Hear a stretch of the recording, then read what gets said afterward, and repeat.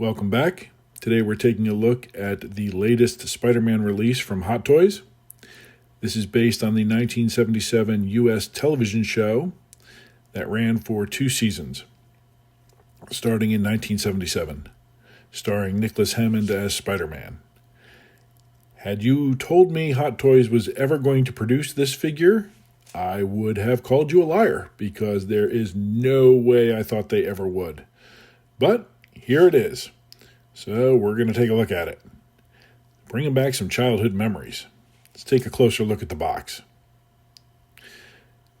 Front of the box, first for Hot Toys, at least for me, no slipcase. Just straight to the box. Open window, sideshow exclusive. On the side, some figure photography. The back, the usual warnings.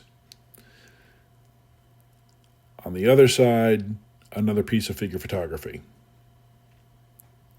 You can see the figure on the inside, but let's get a better look at him by breaking him out of the box. Here he is. You can see his assortment of hands, the figure, some accessories. Let's take him out and take a look at him. Here's Spidey on the turntable. Proportions are good. It looks a lot like Nicholas Hammond's build. He was kind of a lean guy. Ironically, he never appeared like this in the series. Anytime he had his belt, he also had his one web shooter on. I'm not sure why they packaged him like this. But overall, I'm really happy with the appearance. The colors are bright. He looks like he did on the show. Let's take a look at what they decided to give us.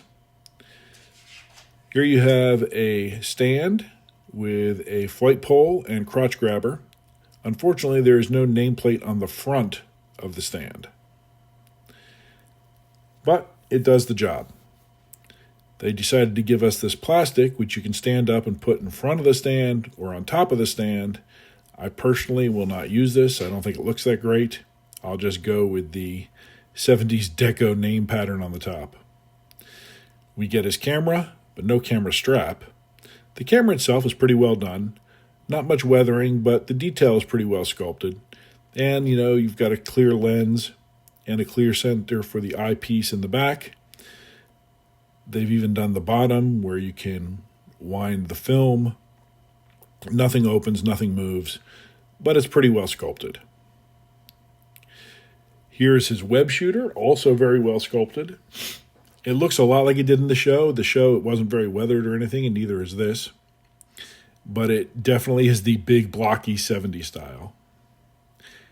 Here's the utility belt, I guess you would call it. Little Spider-Man head in the front. And then all his web cartridges around. Again, looks a lot like it did in the show. It was not weathered in the show. It's not weathered here. Couple of web effects. They're flexible, but really kind of a limited number. The long one, short one, and the web.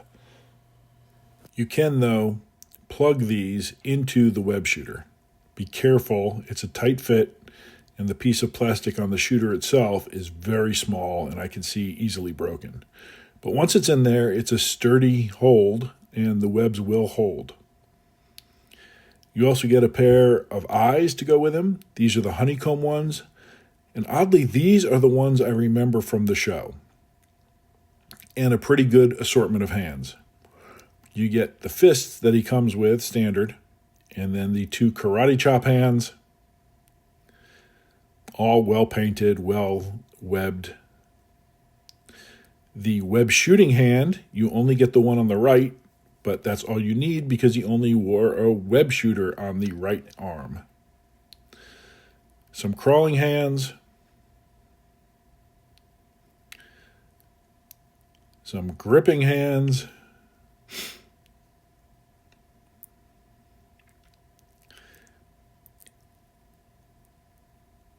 a web swinging hand, where you can fit the web through his hand. And again, he only had one on one side, so you really only need one.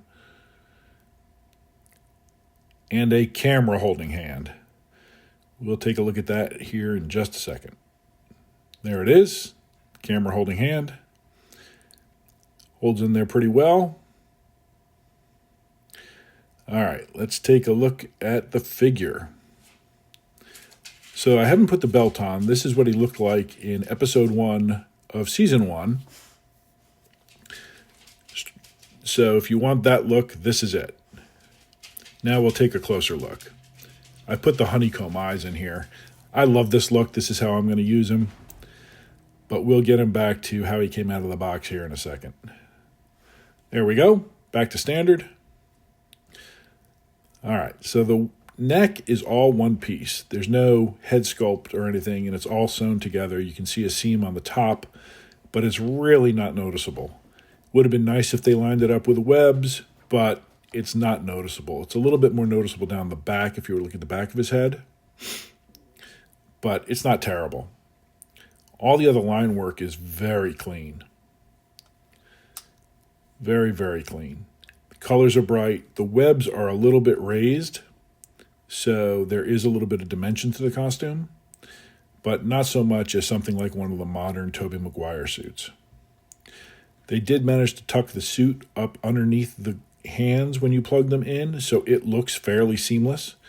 And he does not have any kind of ankle gap, which is nice. They've managed to fix that. It's nice, smooth look. He's got some musculature underneath the suit, but it's not overdone. And Nicholas Hammond from the 70s, it wasn't overdone. He's just a slim, fairly well-built gentleman. Let's take a look at articulation. Head goes forward. Head goes back. You can get a good look up. Tilts left and right, and obviously rotates. Arms on a butterfly joint, goes up and down, forward and back. There's a pivot at the bicep and double bend elbow, which goes beyond 90, and a regular wrist peg.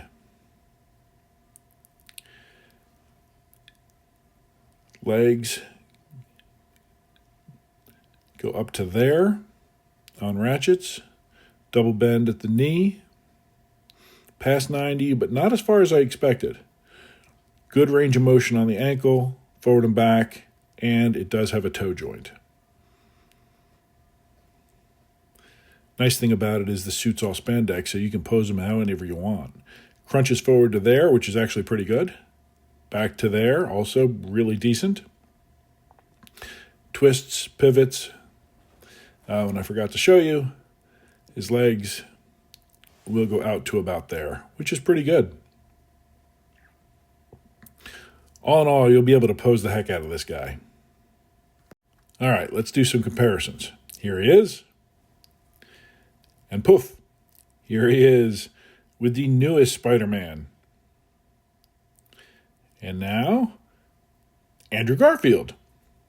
Little shorter than Andrew Garfield. And as it should be, I think Garfield's taller. And bam. The original one, Tobey Maguire, the shortest of all of them. But again, I think that's pretty much accurate. They look pretty good together. Final thoughts on this guy?